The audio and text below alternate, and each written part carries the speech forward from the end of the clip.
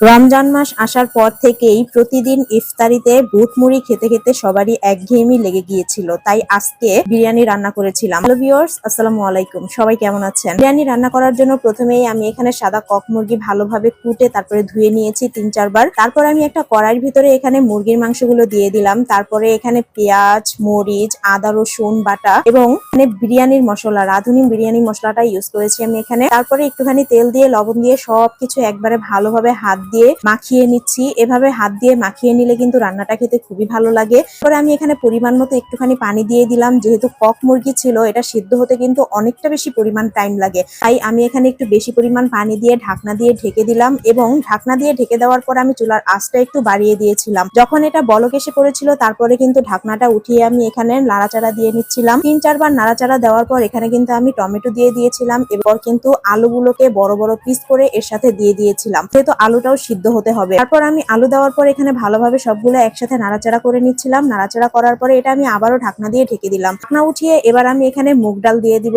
বিরিয়ানিতে মুগ ডাল খেতে কিন্তু খুবই মজা লাগে, তাই আমি যখনই বিরিয়ানি রান্না করি না কেন এক মুঠো হলেও মুগ ডাল দেওয়ার চেষ্টা করি। তারপরে মুগ ডালটাকে এই মাংসের সাথে ভালোভাবে এভাবে নেড়েচেড়ে মাখিয়ে নিব, যাতে মুগ ডালটা ভালোভাবে সেদ্ধ হয়ে যায়। যখন এটা একটুখানি সেদ্ধ হয়ে আসবে, তখন এটা আমি আবার ঢাকনা দিয়ে ঢেকে দিব। ঢাকনা দিয়ে ঢেকে দেওয়ার পর 5 মিনিট রান্না করে দেখেন এটার গ্রেভিটা মাশাআল্লাহ কি সুন্দর মাখো মাখো হয়ে গেছে। মাংসটাও কিন্তু অনেকটা সেদ্ধ হয়ে গেছে এবং এই পর্যায়ে কিন্তু ঢাকনাটা উঠিয়ে যখন এটা একেবারে মাখো মাখো গ্রেভি হয়ে যাবে, তখন কিন্তু আমি এখানে গাওয়া ঘি দিয়ে দিব। এখানে একটুখানি ঘি দিয়ে দিব উপর দিয়ে ছিটিয়ে, এবং পরবর্তীতে কিন্তু যখন আমি পোলার চালটা ভাজবো এখানে কিন্তু একটু ঘি দিয়ে দিব। এখানে কিন্তু আমি অর্ধেক ঘি দিয়ে দিই। তারপরে ঘিটা দেওয়ার পরে আমি ঢাকনাটা ঢেকে দিয়ে আরো 5 মিনিট রান্না করলাম। রান্না করার পর কিন্তু এই মাংসটা থেকে অনেকটা তেল ছেড়ে আসছে, আপনারা দেখতেই পারবেন। যখন এটা থেকে একেবারে তেল ছেড়ে আসবে, তখনই কিন্তু এটা রান্না হয়ে যাবে। এই পর্যায়ে কিন্তু আমি আরেকটু ভালোভাবে নাড়াচাড়া দিয়ে মাংসটার সাথে ডালটা এবং আলুটা একটু ভালোভাবে মিশানোর পরে আমি কিন্তু এটা চুলা থেকে নামিয়ে নিব। এরপরে পোলাও রান্না করার জন্য চুলায় একটা হাঁড়ি দিয়ে দিলাম। হাঁড়িতে আমি ঘি দিয়ে দিলাম। ঘি দেওয়ার পর এখানে পরিমাণ মতো পেঁয়াজ দিয়ে দিলাম। পেঁয়াজ দেওয়ার পর এখানে